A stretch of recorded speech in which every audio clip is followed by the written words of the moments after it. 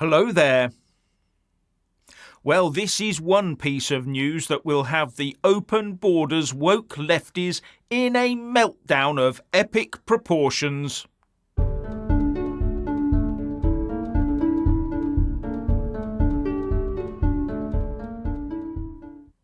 We're now being told that the UK Prime Minister Rishi Sunak is prepared to withdraw the country from the Strasbourg-based European Convention on Human Rights if its court rules against us in our efforts to tackle irregular migration and those that profit from it. Cue an almighty temper tantrum and much wailing from the woke left. Not the normal left of centre who want to see the UK and its people protected. No, I'm talking about the wokesters.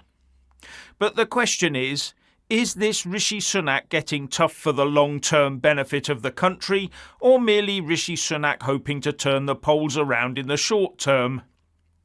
Now, Sunak and his Home Secretary, Suella Braverman, are putting tougher laws together that will make those who come here illegally unable to claim asylum, but also be removed very quickly, possibly to Rwanda. But you know that many in the House of Commons and most in the House of Lords would be dead set against anything that protects the UK and its people on the stupid and downright deceitful basis that we, who pay for it all, don't matter. And others that also share this view infest the civil service and the likes of the judiciary. So the pushback against anything that tries to place controls on our borders will be immense. And those woke lefties are already trying to compare a UK outside of the Council of Europe's 46-member state ECHR as a country to be compared with Putin's Russia and its satellite state of Belarus. Totally ridiculous and without any foundation in reality, and an issue I'll return to in a moment.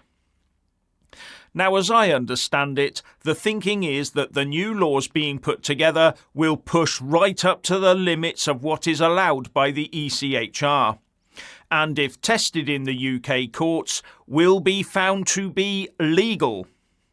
But if the ECHR courts then decide otherwise, then it could be time for us to go. As one unnamed source told The Telegraph, if this legislation gets onto the statute book and is found to be lawful by our domestic courts, but it is still being held up in Strasbourg, then we know the problem is not our legislation nor our courts. And as a result, we're told that Rishi is open to the nuclear option of ditching the ECHR. But that will not please the woke lefties. They only believe in open borders and the dismantling of the UK. The woke lefties are inherently wedded to open borders and will do anything they can to keep the little boats coming. The more the better as far as they're concerned. Keir Starmer and his Labour Party will fight this all the way, at least until Rishi possibly starts picking up better polling results as a result of this issue. That might get Starmer to tone it down a bit. But the hereditary and appointed House of Lords don't care so much about polling, but they do like the concept of a non-independent UK, so will probably try to stall these new laws within their chamber. Overall, it means that all we will see until the next general election is lots of political hot air and no action, while tens of thousands keep rocking up on our shores. While the woke left tell us that all we have to do is be nice to the European Union and the French in particular, and the problems will all melt away. Those people are either naive or think the rest of us are stupid. And if we ever allowed woke lefty open border types to negotiate with the French on this issue, we'd end up laying on dozens of one-way ferries every week and be paying for them. Now back to the woke lefties calling us worse than Russia for wanting to leave the ECHR. Most of those wanting us to stay under the ECHR are Ramona rejoiner types who know that ECHR membership is a requirement for EU membership.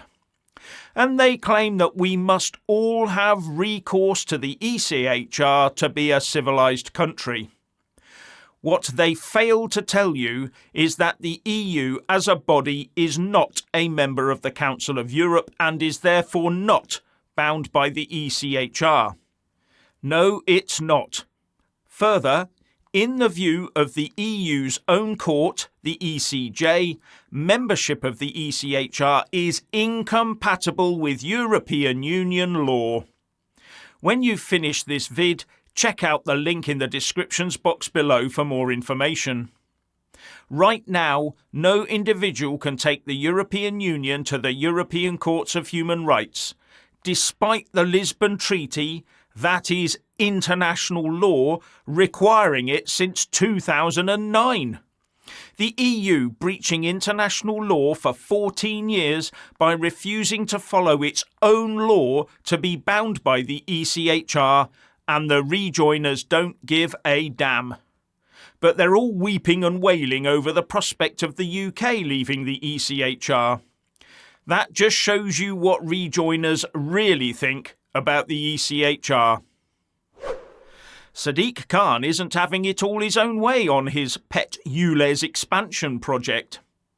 He could be forced to row back on some of the plans, because the London Mayor is facing mounting opposition from some of the borough councils surrounding London, who are gearing up to block the placing of ULEZ traffic signs and cameras in their areas. And if they do this, there will be no warning signs when driving into London that you are about to enter a ULEZ charging zone, so the charges would be unenforceable. Therefore, the actual charging zone could not extend right up to London's outer limits. They would need a buffer zone. However, this is not about councillors outside of London protecting your personal freedoms and dosh. No, this is about those councils wanting concessions from the London Mayor before they let the signs and cameras be installed. And most of it seems to involve these councils wanting the London car scrappage scheme extended to their borough so people who rely on travelling into London can afford to swap to electric cars. And if Khan agrees to it, probably with government money to help him, then in go the signs and cameras. The people will not win if they continue to rely on the current crop of politicians at both national and local level that they've traditionally voted for. Writing a rather long essay in The Telegraph, the former Prime Minister Liz Truss says she was brought down by the left-wing economic establishment and had assumed that her mandate would be respected. Well, on the mandate, the blob only believes in their own mandate to do as required by the likes of their woke masters in the WEF. And that includes ensuring that UK governments don't get too big for their boots where economic policy is concerned, especially economic policy that talks about national recovery, when what the blob requires is a broken economy being dragged back into the European Union. And although Truss acknowledges her less than perfect communication skills in her essay, be in no doubt that if she was pushing a woke WEF agenda, her lack of communication skills would not have been a problem for the blob. Now, what's this about return train tickets? It seems that return tickets will be scrapped.